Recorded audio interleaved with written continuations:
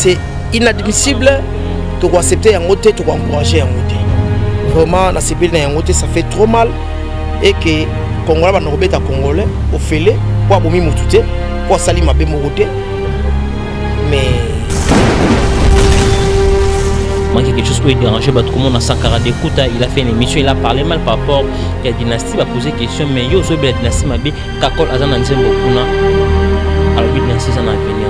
Tant qu'il y a eu Koulout Germier, quand on a Kakol, moi, je suis mère, Azan Akati, il y a une dynastie, il y a fait la même mort, mais je me suis contrôlé, et ça, il m'a confusion. Un grand mécène, un grand monsieur, il a beaucoup plus œuvré pour la jeunesse. Mais je pense que l'obake na batanga na ye participer ba été ils a question calendrier. Ils a sonné des salles. Il a tellement trop mal parlé na ancien patron na ye. Autant que bana oya bana tout le monde bango te no bana lingolo bango. Ce que nous avons dit, souffrir tout le monde, tout le monde est là. Pas wapi boko so amiral Chamala. Na émission na ye effort perso. Et ko la kisa moto na moto effort akosala pona culture ya mboka. Social pe lisolo oyo moto na moto asalaka pe abundalaka. Awande pa ibalobelaka pe promotion d'artiste ko salema avec amiral Chamala mobali ya kitoko ya propre au talibote ya mobali o melimai o kumisi nzambe.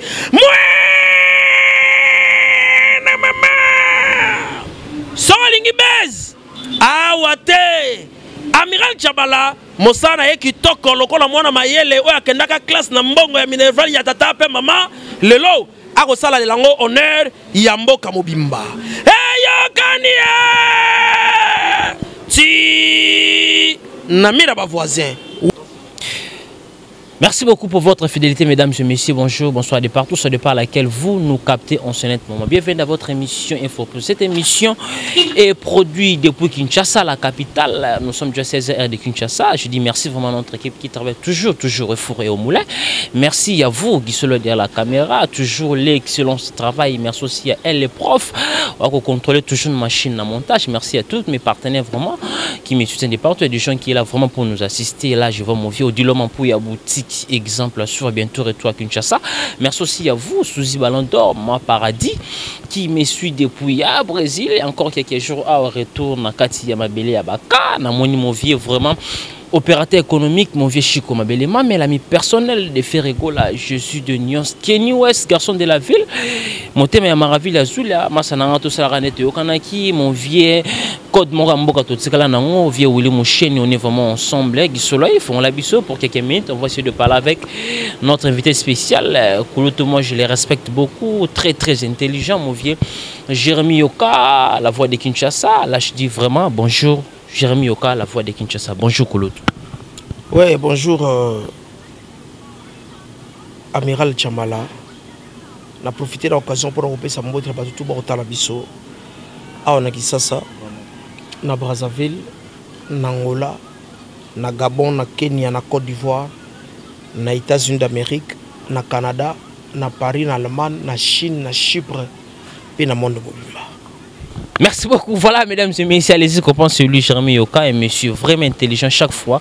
Tantôt il y a une émission Oyo, bah commentaires là toujours est bien, bon après c'est qui est très intelligent. Azalana, mais il y a Kabola, qu'on gérer à présenter valeur et artiste au selon la question au biso pose à Jérémy Yoka, Bonikin, Boni Mboka, ils ont circulé. Voilà Jérémy Yoka, Bonikin, Kouloutou. Ouais, Mboka, eza moi refuka surtout qui ça oui bi que Gentilingo bi la gouverneur na biso ko musalate. Chaque fois tu dis ça chaque fois facilement. Je l'ai dit parce que souci dans ezali Mboka eta mola malamu. Et pas ezali ayebake ba kino ba se faire musalate et pas ezali ayebake toujours considéré comme il travaille pas. Toujours considéré comme azola ba projet ebelé oyo ezo sala manangote. Et que acha maboko na musala au cas contraire ba député provincial bengana. Voilà, mesdames et messieurs, allez-y comprendre, restez connectés sur votre chaîne Congo Victoire. On va essayer de parler avec Kouloutou Jérémy Yoka. On a eu des informations aussi. Notre confrère Kouloutou, il y a Marius Munga, a frappé en Europe par rapport Il y a tout qui mais on va essayer de partager avec Jeremy Yoka to point de vue qu'est-ce qui ne va pas jusqu'à là na makambo déjà qui me koti ba production zonga na ngwa ba faire ko la bana ba production ba kofiolo mide que retour ya politique zongi vraiment mais maus munga aza frappé le na Paris écoute Jeremy Yoka na peut-être sur munga confrère na yo frère na yo ou aza frappé le na Paris par rapport à comportement ba ngos ba combattant un mot par rapport à ça jusqu'à là makambo yo kendeti wapi. Non, c'est anormal qu'on tape sur un journaliste soit disant qu'il est collabo. Bandeko nangai collabo en autant bolo barabokanisaka nini po bato belo bazalaki ba combattant lelo batondisi ba ministère awala ba présidence ba au travail. Très chers amis, travailler pour l'intérêt de la nation. Bota la calcul. Lobby ezalaki awa ko faire beta na pototi. Ouera beta na pototi basa ba collaborateur. Mais aujourd'hui bato bazalaki na pouvoir wana ba parler langage monter la artiste wana. C'est pour vous dire que pas sinabino, pas sinabiso, pas sa artiste. Arusa zoki na loboko po congolais tazo bete mbata. Yo zolela pour ba ndeko bana este ba kokufa. Mais ozoya ko beta ndeko congolais pour kufa. Parce que manière ba te belé ndenge wana. Sumunga. Avec quelle intention ba vous maye? Justement to kolba bon parce que ça a été hémorragie interne wana comme un bébé. Vous avez hémorragie interne ko tout li kofi ngamu ta ko ya kufi. Olela ye? Oh, bah congolais, bah baso bouma bango, mais yo poso bouma congolais. Voilà. Liwe bah congolais et ça l'a déjà na chef de l'état so bunda. Pour ici là, mais et tiki ko ça la na est. Mais et comme itina Europe et comme front au bah qui bouma bah congolais. Pose à journaliste, pose à musicien, on a droit aussi en Europe. Ça, c'est trop choquant, ça fait trop mal. Liste. Oyo a sepeli ça presque tout je pense musala marus munga bandeko to bakuna moko ta websanga ke a trouver qualité dans musala na e toi sepeli ça été donc je pense que c'est anormal, c'est injuste de taper de la sorte à un journaliste qui fait un bon travail, un travail de qualité. Ça c'est vraiment inadmissible. C'est inadmissible. Tu dois accepter un côté, tu dois encourager un côté. Vraiment, la CPL un côté, ça fait trop mal. Et que Congolais, va nous remettre à Congolais, au fêlé, pour abomer mon touté, pour salir ma bémo côté. Mais attends, on a évité vraiment toujours réfléchir. Voilà, c'est vraiment à déplorer en haut, on a 5 000 bandes de tout. Bozong, il a bon sens. Bozong a bon sens. Si quand de quoi tambola, si quand de quoi sillonner, à la vie naïe, à la moussala naïe, en toute liberté. Voilà, merci beaucoup Jean-Mi. Est-ce qu'il cause à la terre à cause d'un problème personnel naïe privé na batu batu côté on a une politique pour que baba mekapé ko enfermer problème comment ba côté on a politique qui na ndenge toyebi un ça ne va même si ça problème privé personnel non. Bon na ibete mutu ngona ni a cause la problème na mutu individu moko o kabata batu belé ndenge wana oya na bango. Je pense que ça ndeka tutu oyo kaisa ba problème politique mais na bandi bandeko bosa na poto bokena pe poto mwakala mboka démocratie nde yango na bovandi vraiment démocratie ça nini eza divergence ya ba idée ya opinion oyo lingi nga na boyi voilà o nga na boyi yo ndimi ainsi de suite mais comment so bokongo ndimi sabatu oyo lingi oyo sepelongo puis finalement bolukaka nini ezaki kabila kenda kabila kei dozimo na mboka chef Fachi Beton mwana mboko toyebi adresse na bango tata bango toyebi mabongo toyebi so bolingi nini pour ceux qui font ça, qu'est beau ticate. Au moins, c'est comme ma baie. Donc, bandeko basa qui combattait à Oyunganaka, il y a aucun d'accord mais na saka batu, botika yango parce que et fouti binoni. Non, ba production zonga parce que bango et puis batika les minoritaires. Bandeko ba yo comprendre que sur le plan politique l'objectif est atteint quand même. Et bateau tout bonaki au moins tout le monde peut faire na mutu 20 ans 30 ans 18 ans donc c'était trop 10 ans on se soyez 5 ans sur total ça va continuer 10 ans 10 ans ben stop 10 ans stop Voilà, mesdames et messieurs, restez toujours connectés. Nous sommes là toujours quelques minutes avec Kolo Jérémy Yoka. Jérémy Yoka, on peut tout être comme mécène en boucle, on a vu son des Cardozo Mombawan Kena, mais on a remarqué jusque-là, à mon absence, il y a un artiste qui a soutenu un artiste moi en général. Un mot par rapport à Cardozo Mombawan Kena.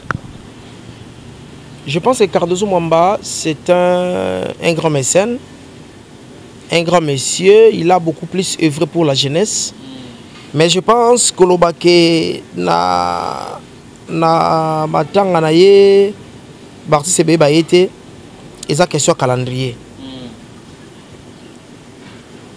Mon père l'Obaka moto mosusu abenga ka trop pour na ba unité.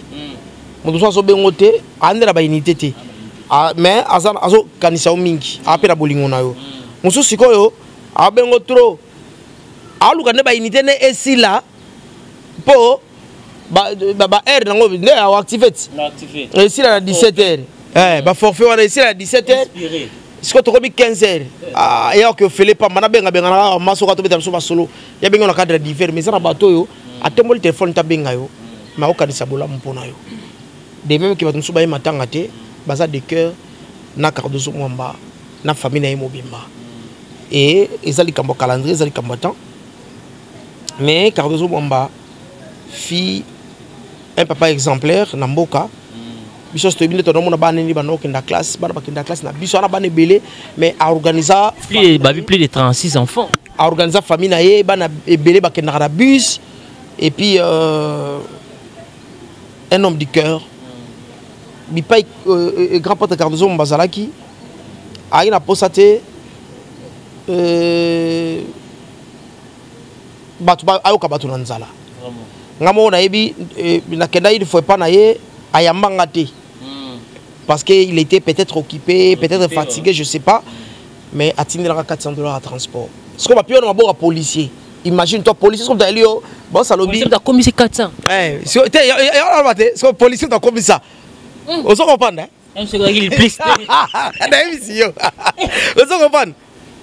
Est-ce que comprend est-ce ça dit policier mutu aya na 400 bon ça a un peu occupé alors bien les kamko mususu mais 400 4 billets on va attendre tali policier atali mbongo porte-monnaie Q5 Camar no yo simba Camar solo na kasa wole gae te na solisa ye non na vie force la ka moni parce que mbala sibaso ye tamso akoyebisa ete bo salali mwana ko misi message mwana ko na ko na chambre de tamso fa ne kana barza wana osomona donc il faut yeba ko bongisa bipa nyoso yo be solo la voilà donc papa wana 400 na yesa na poche yo tambolaka ata etambusanga ile sanga voilà donc mais c'est bien na ba to wana fête moko na zo ba te za su fête nini azalaka akabela biso bala na épargner votre détail bilé mais akabela biso bala et puis akendaka ko se soulager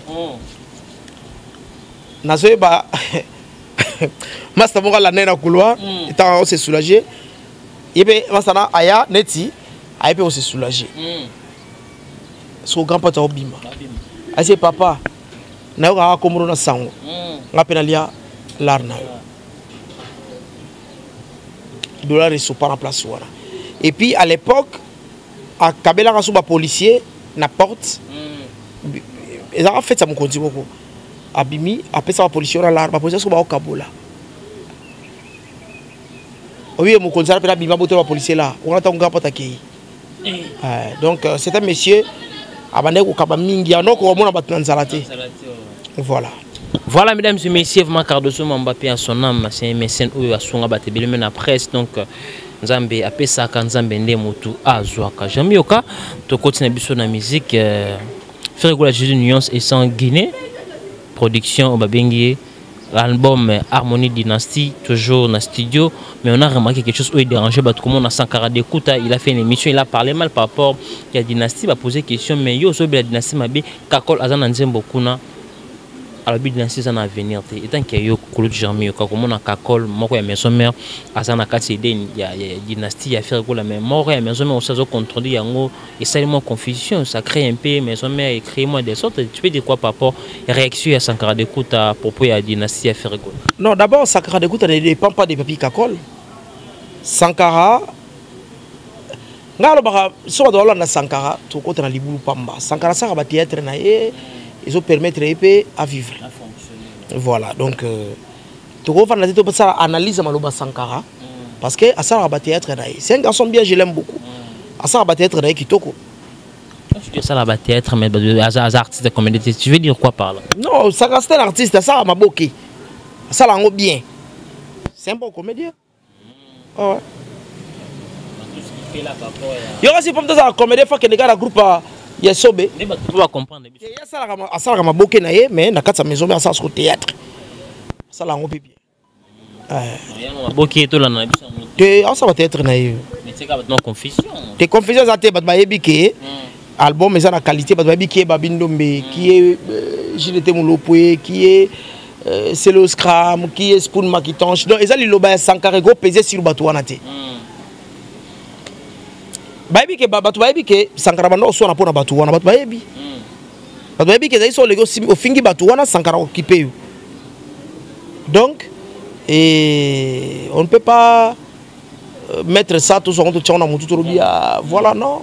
Voilà, fermer la parenthèse, vraiment, Sankara d'écoute le Kouloutou Germi Yoka, c'est un artiste et comédien, ça la comédie n'est bien vraiment, et ça a plaisir, et c'est qui c'est.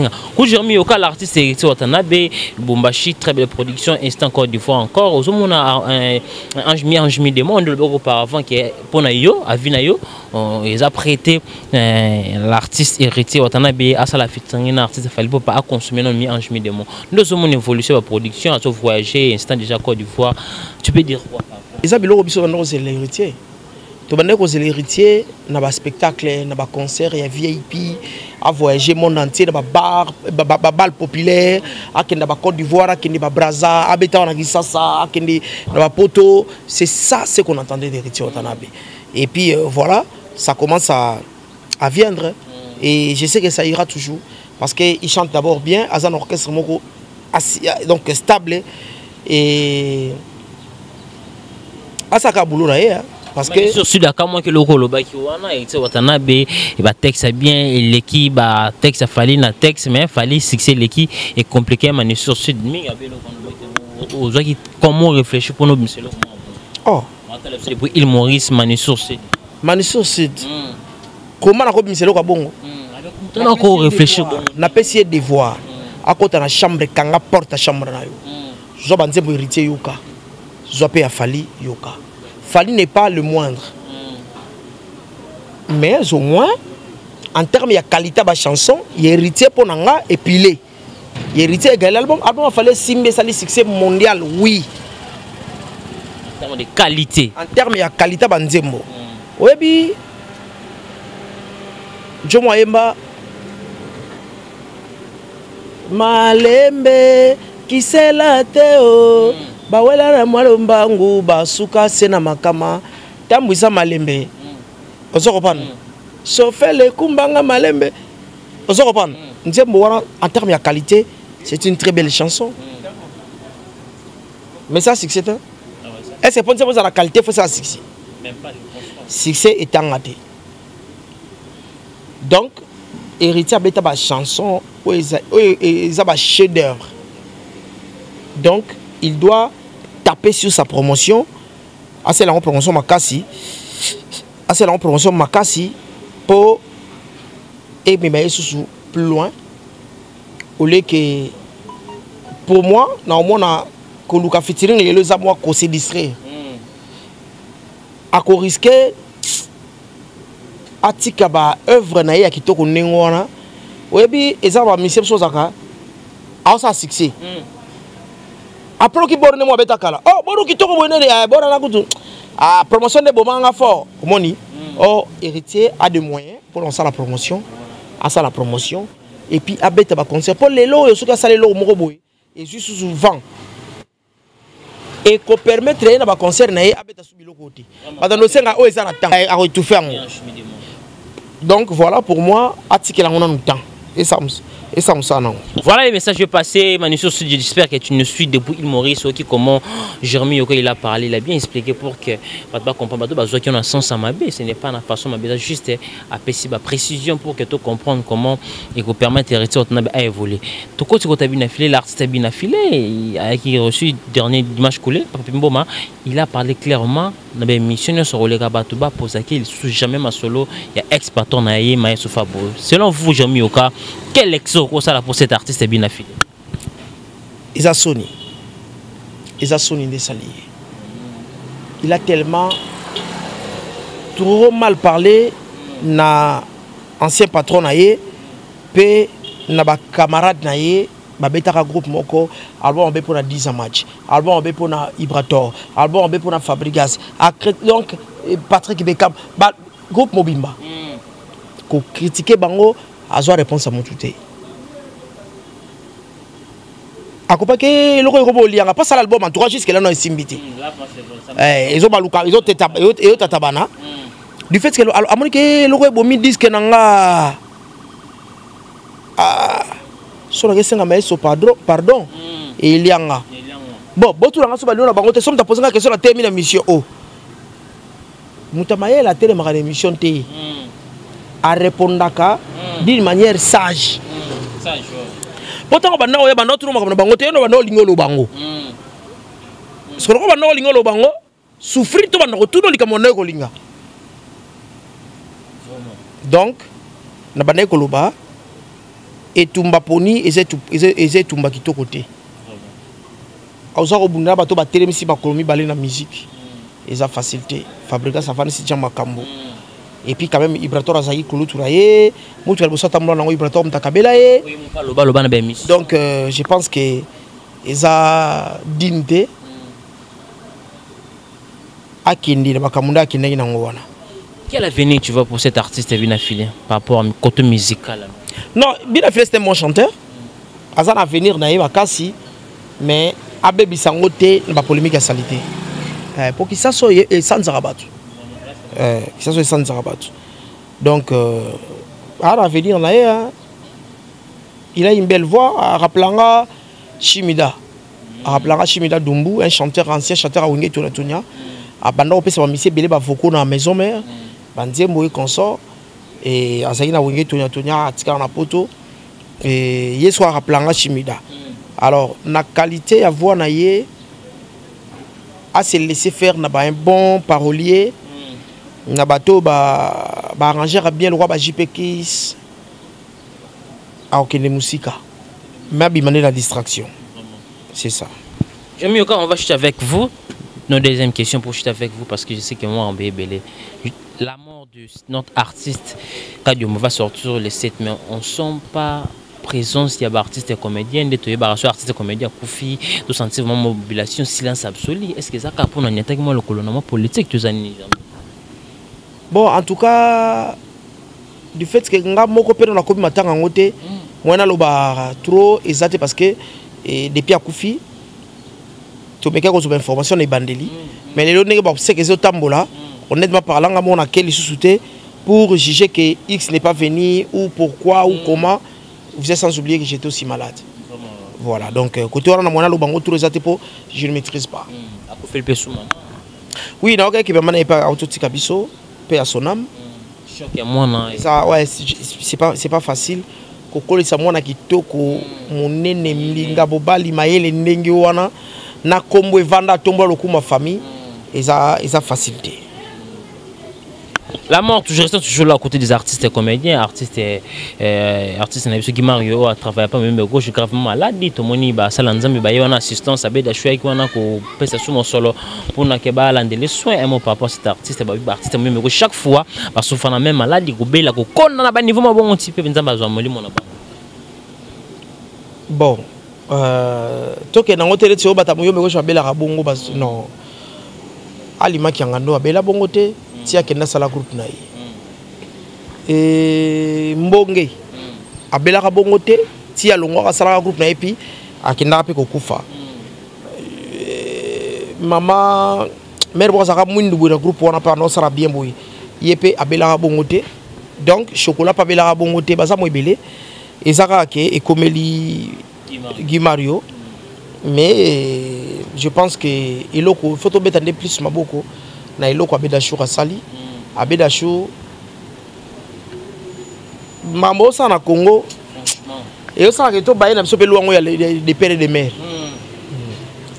pour ça ba Congo des pères et des mères ba moyen ba ko salisa Guy Mario baza ba yo ka ngona ba photo ndenge tambola ki wana eta kara ya mbinga mais je m'en vais dans les Congolais de père et de mérité à cause du Congolais par alliance pour y Congo pour t'absous à linga à bala congolaise moroboye pour vandia pour ça va faire né awa à comme na bolingo ko sali ça ba Congolais donc ya on Noël Chani c'est là non mo kena loi na wana ya de père et de mère wana et c'est non ma casse quand on dote $500 aux hommes on ndeni ni ko to ko tsana mbo va acheter avec pour ça te loi et ça dote $500 te batunde ba za ko se distraire et ali loi oye ko revoir code de famille loi mo kitoko makasi malgré côté ba fixé 500 on est ça ko embrier batu mais batu bande ko botanga loi wana botanga bo mona ke les députés en question honorable Daniel Mbaou a kendaki na profondeur à réflexion na il est très intelligent ngana beteli maboko tant on li bosonga pe na boya rango mais on a tangi à comprendre qu'il mérite mieux. Voilà. Jean-Mi, comme nous sommes arrivés pratiquement à la fin, votre mot de la fin, le programme de dédicace, on va acheter avec vous pour aujourd'hui parce qu'il fait déjà temps. Mot de la fin, c'est que Bandegorangaï, poche ba Congolais, il y a souffrance et c'est l'équipe belé. Totika hypocrisie, ozoli la ndeko yo azana este, soit disant pour Koufi, mais yo zo beta ndeko na yo. Na poto na sepelite ne obeti Marius Munga et sali passi Marius, nous sommes de cœur avec toi, courage, je t'encourage de bien faire ton travail comme tu le fais déjà, fais encore et refaire encore ton travail et va de loin, bon vent, bonne santé, prompt rétablissement zonga malamu pe sala musala na yo na silisi lelo awa pe na pesi mbote na kulutu nga la fontaine Kilembe yaza na États-Unis na pesi mbote na Imar Munga bayaza na Afrique du Sud na Serge Mopassa Banque Mondiale na kulutu ngai Boss Ibra na ebi ouais na ebi ke ozanga te na matanga ya Cardozo Mwambawanke na l'homme aux yeux bleus pour wana pe na fie na ye et puis na pesi mbote na Jafar Amani le big boss patron autorité morale ya bansola ba développerie awana gisasa. Numéro de contact Jean-Mi Yoka 89, donc plus de 143, 89, 52, 40, 450. Wana atoye na WhatsApp atan appel Mbalamoko. Osunga Mobima na plus de 143, 89, 52, 450. Merci beaucoup, mesdames et messieurs. Réel plaisir de recevoir ce monsieur Jean-Mi Yoka, la voix de Kinshasa, un monsieur très très intelligent. Mesdames et messieurs, si vous aimez cette émission, on vraiment dit merci toujours à Guy Solo, élection du travail toujours. Merci aussi à vous et les profs Moïse, à contrôler toujours la machine à montage. Merci à tous mes partenaires qui me suivent de partout. Merci à vous, mon vieux Odilo Mampouya, boutique exemple souvent Kenyoues, garçon de la ville, mon vieux Odilo Mampouya, mon vieux Chico Mabele, ma main, les seuls uniques opérateurs économiques en Afrique centrale. Merci aussi à vous, mon vieux Bella qui me suit depuis Luanda. Yannick industriel, on se retrouve à la prochaine pour d'autres invités. Abonnez-vous massivement sur Congo Victoria Télévision. Au revoir. Wapi bokozwa Amiral Chamala na émission na ye efo perso e ko la kisa moto na moto effort akosala pona culture ya mboka social pe lisolo oyo moto na moto asalaka pe abundanaka awande pa ibalobelaka pe promotion d'artiste ko salema avec Amiral Chamala mobali ya kitoko ya propre otali bote ya mobali omeli mai okumisi nzambe na mama Solingi Bez awate Amiral Chamala mosana ye kitoko lokola mwana mayele oyo akendaka classe na mbongo ya Minerval ya tata pe mama lelo akosala lelango honneur ya mboka mobimba eyokanie ti na mira ba voisin